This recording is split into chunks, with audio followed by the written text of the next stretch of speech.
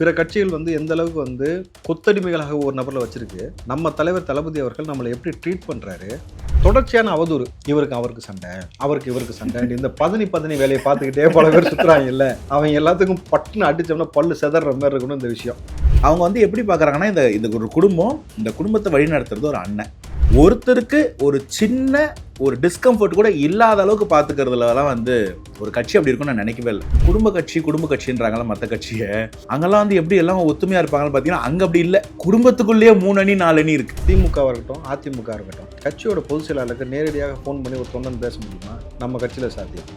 Karur incident பாதிக்கப்பட்ட மக்கள் ஒருத்தர் கூட தளபதி குறை சொல்லவே இல்லை. அப்போ நம்ம ஃபேமிலியை எந்த அளவுக்கு நம்ம கட்சி ரீதியாகவும் சரி, தமிழ்நாடு முழுக்க மக்கள் ரீதியாகவும் சரி, உலகம் முழுக்க இங்கேருந்து நம்ம எப்படி இணைஞ்சிருக்கிறோன்ற ஒரு விஷயம் இருக்குல்ல. எங்கள் அண்ணனுங்க 500 பேர் சுற்றி இருக்கும்போது எவன் என்ன பண்ண முடியுன்ற ஒரு கான்ஃபிடன்ஸும் ஒவ்வொருத்தர் மேலே அவங்க வச்சிருக்க நம்பிக்கை இருக்குல்ல. இது ஒரு அசாதாரணமான நம்பிக்கை. சொந்த அண்ணனே ஒதுக்கி வச்சவங்களாம் இருக்காங்க. ஆனால் இங்கே அப்படி இல்லை. இங்கே எல்லாருக்குமே ஒரே எண்ணம், தமிழ்நாடு நல்லா இருக்கணும். அதுக்கு என்ன பண்ணோம்? நம்ம அண்ணன் முதல்வர் ஆகணும். வணக்கம் ஜித். வணக்கம். Welcome to rich channel. நம்ம இப்போ மெயினாக நம்ம தொடர்ச்சியாக அரசியல் காலத்தை குறித்து பல மேடைகளில் ஏறி பல பேரை 2 இழுப்பு 3 இழுப்பு செகண்ட் வேணிக்கு அடித்து துவம்சம் பண்ணிக்கிட்டு இருக்கிறோம். ஸோ அதெல்லாம் ஒரு பக்கம் போனாலும் நம்ம டிவிகே ஃபேமிலி, இந்த குடும்பம், நம்ம தலைவர், நம்ம தளபதி அவர்கள், அதுக்கப்புறம் நம்மளுடைய ஆசான் ஜிஎஸ் அவர்கள், நம்ம இந்த ஃபேமிலிக்குள்ளே இருக்கக்கூடிய இந்த விஷயத்தை பற்றி பேசுவோம் ஒரு எபிசோடில் அப்படின்ட்டு. ஏன்னா நம்ம பார்க்குறோம் பிற கட்சிகள் எந்த அளவுக்கு கொத்தடிமைகளாக ஒரு நபரில் வச்சுருக்கு. நம்ம தலைவர் தளபதி அவர்கள் நம்மளை எப்படி ட்ரீட் பண்ணுறாரு. எல்லாருக்கும் ஒரே மாதிரியான சேரு, ஒரே மாதிரியான உணவு. அந்த உணவை பரிமாறுறது யாருன்னு பார்த்தீங்கன்னா நம்ம ஜிஎஸ் ஆனந்த் அவர்கள். பரிமாறிட்டு அவர் கடந்து போல சாப்பிட்ட இலை வரைக்கும் எடுக்கிறாரு. எந்த கட்சியில் ஒரு பொதுச் செயலாளரும் அப்படி செஞ்சு நம்ம பார்த்துருக்கவே முடியாது. நம்ம அதே மாதிரி நம்ம நிர்மல் அண்ணன் ஆதவ் சார், நம்ம பிரதர் ராஜ்மோகன் அவர்கள். எனக்கு ராஜ்மோகனை நம்ம கட்சிக்குள்ளே வந்ததுக்கப்புறம் தான் நேரடியாக தொடர்பு. அதுக்கு முன்னாடி அவரோட நம்ம பல விதங்களில் டிவியில் பார்த்துருக்குறோம், பட்டிமன்றத்தில் பார்த்துருக்குறோம். ஸோ நம்ம ஃபேமிலியை பற்றி முதல்ல பேசணும் அப்படின்றது தான் மெயினான விஷயம். நீங்கள் நம்ம கட்சிக்குள்ளே வந்த நிகழ்வு எப்படி நடந்துச்சு, நம்ம வந்த நிகழ்வு, நம்ம குடும்பம் எப்படி போயிட்டுருக்குன்னு முதல்ல மக்களுக்கு தெரியணும். ஏன்னா தொடர்ச்சியான அவதூறு. இவருக்கு அவருக்கு சண்டை, அவருக்கு இவருக்கு சண்டை, இந்த பதனி வேலையை பார்த்துக்கிட்டே பல பேர் சுற்றுறாங்க. இல்லை, அவங்க எல்லாத்துக்கும் பட்டுன்னு அடித்தோம்னா பல்லு செதற மாதிரி இருக்கணும் இந்த விஷயம். நம்ம அதை குறித்து பேசுவோம். சொல்லுங்கள், உங்களோட அனுபவம் சொல்லுங்கள். இல்லை, எனக்கு ஒரு கட்சிக்குள்ளே அந்த ஃபீல் இல்லவே இல்லை. நான் சொன்னால் உடனே ஒருத்தர் வீடியோ போட்டுருவோம், ஆஹா குருட்ரான்னு. உண்மையாகவே ஒரு ஃபேமிலி ஃபீல் தான். டே 1 அண்ணனோட ஃபோட்டோ வெளியில் வந்த உடனே அந்த ரிசப்ஷன் எப்படி இருந்துச்சுன்னா அப்படியே reception. Welcome to the family. நிஜமாவே welcome to the party, welcome to the team. இந்த வார்த்தையை நான் எங்கேயுமே பார்க்கல. 1000-10,000 கமெண்ட் வந்தாலும் வெல்கம் டு த ஃபேமிலி. அவங்க எப்படி பார்க்குறாங்கன்னா, இந்த ஒரு குடும்பம், இந்த குடும்பத்தை வழி நடத்துறது ஒரு அண்ணன், ஒரு தாயுள்ளம் கொண்ட பொதுச் செயலாளர். அதை நம்ம எல்லாரும் வெளியிலேருந்து பார்க்கும்போது இப்படி தான் இருக்குன்னு புரிஞ்சுது. உள்ளே வந்த பிறகு தான் அவங்க நம்ம ஒவ்வொருத்தரும் எப்படி பார்க்குறாங்க, ஒவ்வொருத்தரும் எப்படி புரிஞ்சுக்கிறாங்க. ஒருத்தருக்கு ஒரு சின்ன ஒரு டிஸ்கம்ஃபர்ட் கூட இல்லாத அளவுக்கு பார்த்துக்கிறதுலாம் ஒரு கட்சி அப்படி இருக்கும்னு நான் நினைக்கவே இல்லை. நான் கூட நினைப்பேன், இந்த குடும்ப கட்சின்றாங்களா மற்ற கட்சியை, அங்கெல்லாம் எப்படி எல்லாம் ஒத்துமையாக இருப்பாங்கன்னு பார்த்தீங்கன்னா அங்கே அப்படி இல்லை. குடும்பத்துக்குள்ளேயே 3 அணி 4 அணி இருக்கு. கட்சி 3 நாளா போனதுங்க. அதெல்லாம் ஒரே குடும்பம். இங்க பல குடும்பம் ஒரு குடும்பமாக மாறி இருக்கு. ரெண்டுக்கும் டிஃபரன்ஸ் அப்படி கிடையாது. அங்க என்ன டிஃபரன்ஸ்னா, அங்க இருக்கிற எல்லாருக்கும் ஒரு பர்சனல் அஜெண்டா. எனக்கு அது வேணும், எனக்கு இது வேணும், அத்தை அதை ஆயிடக்கூடாது, அண்ணன் மையன் இதை ஆயிடக்கூடாது, அண்ணன் இதை ஆயிடுவாரோ அப்படின்ற ஒரு வருத்தம். சொந்த அண்ணனே ஒதுக்கி வச்சவங்களாம் இருக்காங்க. ஆனா இங்க அப்படி இல்லை. இங்க எல்லாருக்குமே ஒரே எண்ணம், தமிழ்நாடு நல்லா இருக்கணும். அதுக்கு என்ன பண்ணோம்? நம்ம அண்ணன் முதல்வர் ஆகணும். இவங்க எல்லாரும் ஒரு மூமெண்ட்ல இருக்கிறாங்க. இந்த தலைவன் இல்லாத ஒரு மூமெண்ட்லாம் நம்ம ஜல்லிக்கட்டு புரட்சி, அது மாதிரி இது ஒரு தலைவனுக்கான ஒரு மூமெண்ட். எனக்கு இதில் ஒரு விஷயம் பகிரணும். இப்போ சமீபமாக ஒரு செய்தியாளர் சந்திப்புலையும் சரி, விவாதத்துலேயும் ஒரு ஆள் உட்காந்து பேசிகிட்டு இருந்தாங்க. உங்களுடைய கான்டாக்ட் நம்பரே யாருக்கும் தெரிய மாட்டேங்குது, டிவிக்கு தலைமையில் இருக்கக்கூடிய நம்பருடைய கான்டாக்ட் நம்பர் தெரியல, நாங்கள் எப்படி பேசுகிறதுன்னு தெரியல. எப்படின்னு தெரியாமல் இவ்வளோ மீடியா உள்ளே வருது. நம்பர் 1. நம்பர் 2, ஒரு ஆள் பிஜேபியிலேருந்து உட்காந்து உருட்டினார். அவங்க நம்பர் யாருக்காவது தெரியுமா, இவங்களுக்கு யாருக்காவது தெரியுமா, அவங்களுக்கு உன்னே யாரும் தெரியாது, இல்லை எங்கேருந்து வந்த. ஒரு பெரிய காமெடி ஒன்று இருக்கு. இன்னொருத்தர் பேரை சொல்லி, அவர் பேரை சொல்ல வேண்டாம், அவர் நம்பர் இருக்கா, இருக்கு, வெரி குட் பிரதர் போடுறாரு. உன் ஐடிவிங்க நம்பர் கூட எல்லாமே போடுறாரு.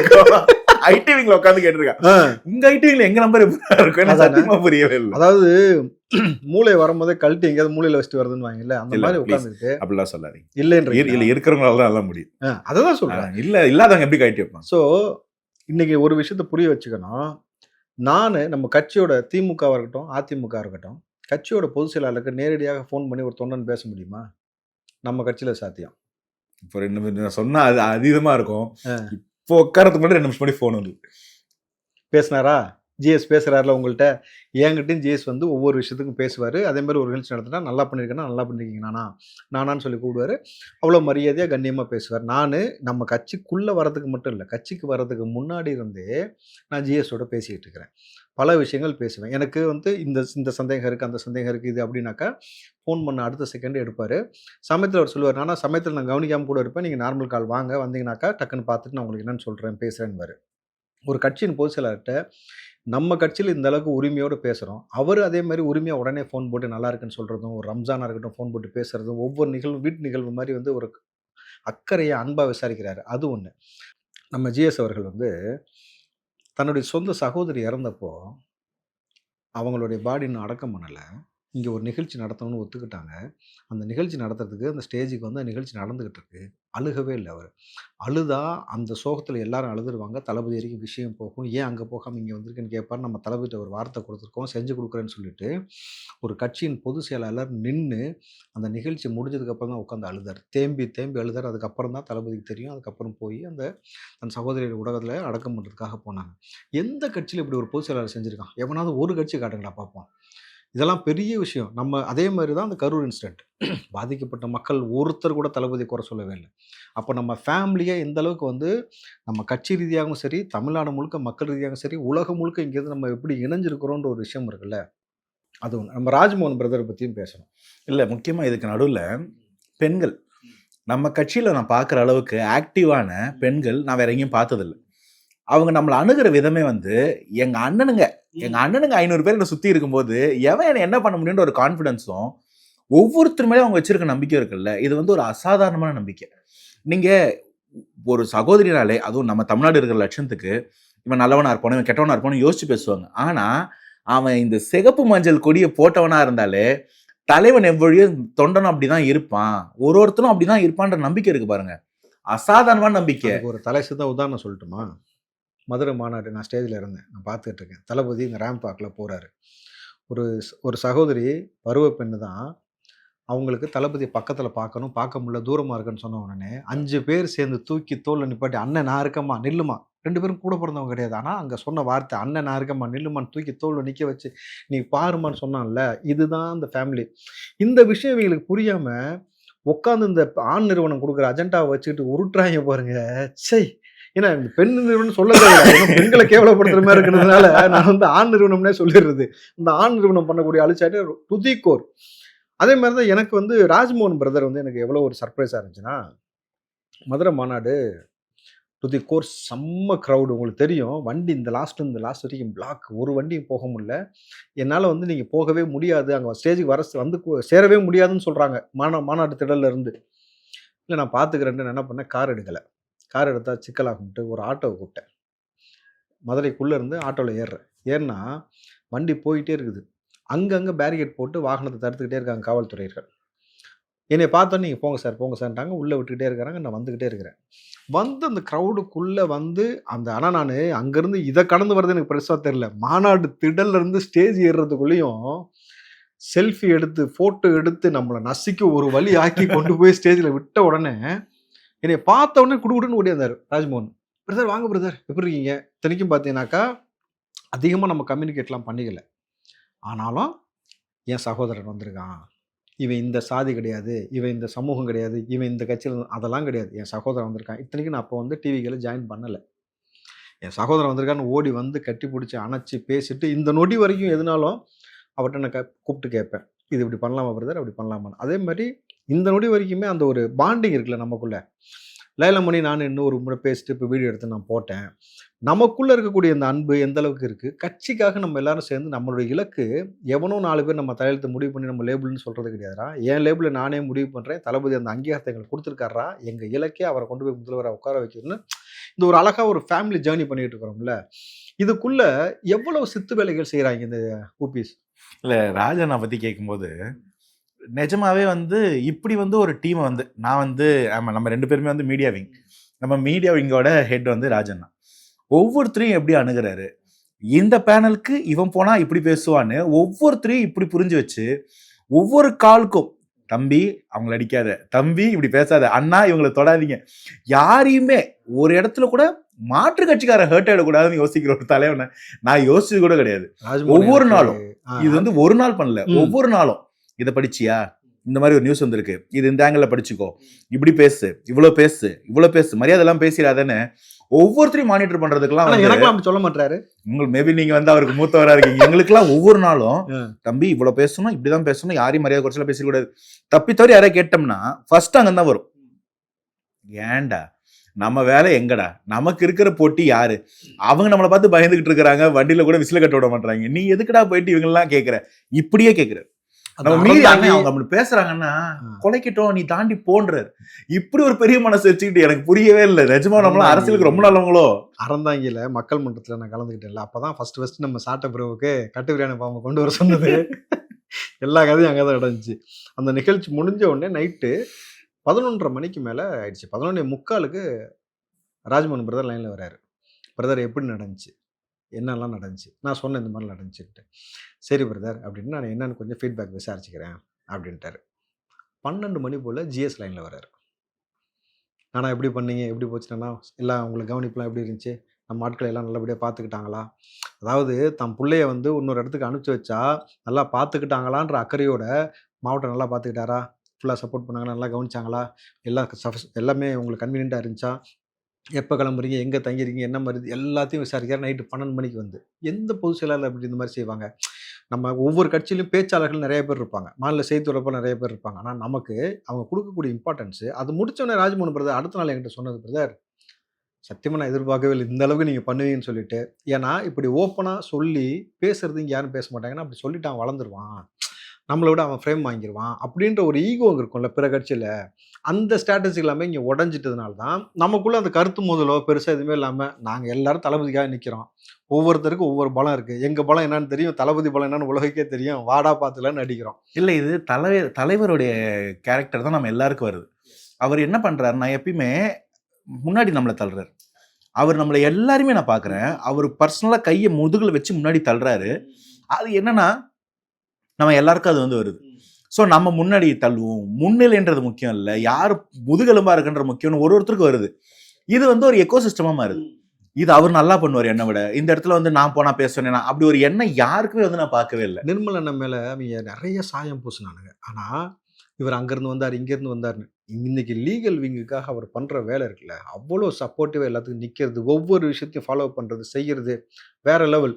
ஆதவர்ஜினா அவரை பத்தி நம்ம சொல்லணும். வந்தாலே பிளாஸ்ட் பண்றாப்ல தளபதி. நம்ம தலைவர் எந்த அளவுக்கு பிளாஸ்ட் பண்றாரோ. என்ன கேட்பாங்க ஒரு இடத்துல வந்தீங்க நான் ஏதாவது பேசுறாங்க கருத்துறவங்க இல்ல அத ஒண்ணு வருவாரா, ஏமா அவர் வந்தாருனாலும் அடங்குவானுங்க, மாற்று கட்சி கேட்பாங்க வராப்பா அவரு, ஏன்னா வந்தாரா தாங்க முடியலப்பா அப்படின்ற. அதாவது நான் கிராஜுவலா அவருடைய குரோத்தை பாக்குறேன். நீங்க அவர் விசிகால இருந்த பொழுது அவர் பேசின விதமும் இங்க வந்ததுக்கு அப்புறம் பேசின விதமே அவர் டோனே மாறிடுச்சு. என்னன்னாக்கா அவருக்கு ஒரு பெரிய நம்பிக்கை ஏற்பட்டுருச்சு. மக்கள் வந்து கண்டிப்பா தளபதியை முதலமைச்சர் ஆக்குறாங்க, ஓட்டு போட போறாங்க. அதை தாண்டி நமக்கு எல்லாமா பக்கபலமா கட்சி நிக்குது, தலைவர் நிக்கிறாருன்னு ஒரு ஸ்டெப்னா அவருக்கு நம்பின பிறகு இறங்கி அடிக்கிறாப்புல மனுஷன். இந்த நம்பிக்கை எல்லாத்துக்கும் அடிப்படையில் வேற ஒரு காரணம் இருக்கு.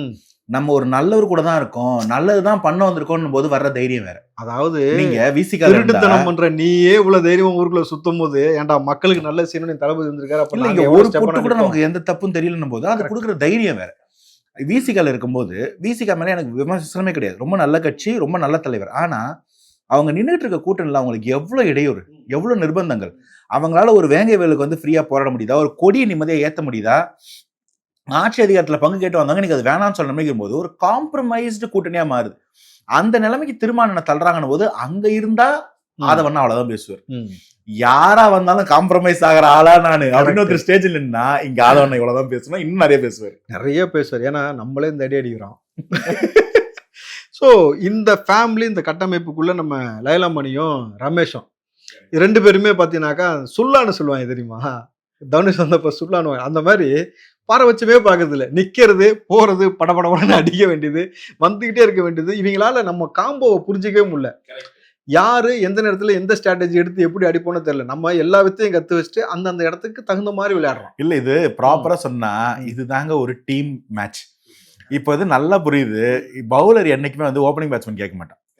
ஓப்பனிங் பேட்ஸ்மேன் எப்பவுமே வந்து நான் கடைசியா இருக்கிறேன் கை வலிக்குன்னு சொல்ல மாட்டான். கேப்டன் வேலை கேப்டன் தெரியும், கீப்பர் வேலை கீப்பர் தெரியும். இப்படி ப்ராப்பரா இருக்க டீமுக்கு தான் கப்பு.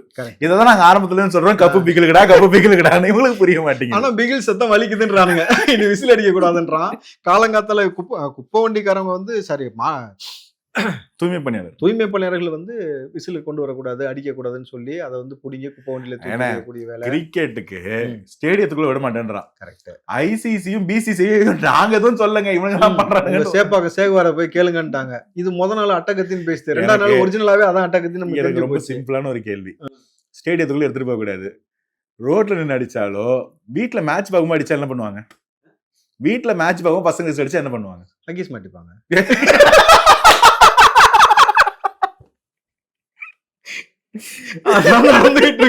இல்லாட்டி தூய்மை பணியாளர்கள் விசில புடுங்குவியா, ஸ்டேடியத்துக்குள்ள வரக்கூடாதுன்னு சொல்லுவியா, இதுல அட்டன்னு பேசுது. ஒரிஜினலாவே எங்க தளபதி தான், கத்தியும் அவர் தான், துப்பாக்கி தான் பல முறை சொல்லிட்டோம்.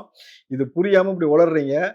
எங்க ஃபேமிலிக்குள்ள வந்து நல்லவனா இருந்தா உள்ளவா, கெட்டவனா இருந்தா விலகி போயிரு. உள்ள குறுக்க மறுக்க ஓடிட்டு இருந்தேனாக்கா அடி சரமாரியா ஒழுகும்.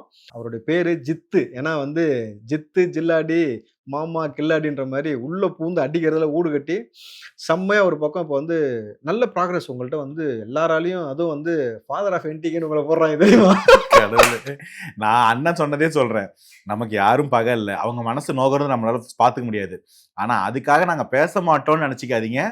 நீங்க பேசுற எல்லா ஃபார்மட்டும் இங்க இருக்க பேச ஆள் இருக்கு. எங்க அண்ணங்களை இழுத்து பிடிச்சி வச்சிருக்காரு. எனக்கு ரொம்ப அந்த மாண்பை காப்பாத்து. எனக்கு ரொம்ப மகிழ்ச்சி என்னன்னாக்கா, நான் தான் மண்டிட்டார் நீதிமன்றத்துலன்னு சொன்னேன். அறந்தாங்கில வச்சு சாட்டிட்ட சேலஞ்சு விட்டேன். அவர் பதில் சேலஞ்சு விட்டார். அதை நிரூபிச்சிட்டிங்கன்னா இனிமேட்டு தலைவர் விஜய் கொடுத்து நான் பேச மாட்டேன்னு. தரவுகளை ஸ்ட்ரெயிட்டாவே இப்போ நீங்க கொடுத்தாச்சு. அதுக்கப்புறமும் பேசுறீங்கன்னா என்ன செய்யலாம்? ஒன்றும் செய்ய முடியாது. இதுல நீங்க இன்னொன்னு கவனிச்சு பாருங்க. நம்ம எப்பயுமே வந்து விர்ச்சுவல் வாரியர்ஸ் வந்து ஒருத்தருக்கு ஒருத்தர் கனெக்ஷன் இருக்காது, ஆனா ஒரே அலைவரிசையில் ஒர்க் ஆவாங்க. அதே மாதிரி நீங்க வந்து எந்த இடத்துலயுமே போய் இது அடிடான்னு சொல்லவே இல்லை. ஆனா அந்த எனக்கு அப்படிதான் தோணுச்சு. அதை பார்த்த பிறகு 2 வீடியோ மேட்ச் பண்ணி போட்டுருந்தாங்க. கரெக்ட். ஆனா ஆமா இல்ல, இது ஒரே சிங்க்ல ஒர்க் ஆயிருக்கு எப்படின்னு தெரியல. கரெக்ட், அதுதான் போடுறான். ராவுத்தரன் ஆரம்பிச்சு வச்சாரு, ஜித்து முடிச்சு வச்சிட்டாரு அப்படின்ட்டு. ஸோ ரொம்ப எக்ஸலண்டா இருந்துச்சு. தொடர்ந்து செய்வோம் சம்பவம். ஸோ நம்ம சேனலுக்கு வந்து நம்ம ஃபேமிலியை பற்றி பேசுனதுக்கு ரொம்ப நன்றி. எனக்கு வந்து நம்ம ஃபேமிலி பற்றி பேசுறதுக்கு ஒரு இடத்த ஏற்படுத்தி கொடுத்ததுக்கு ரொம்ப ரொம்ப நன்றி.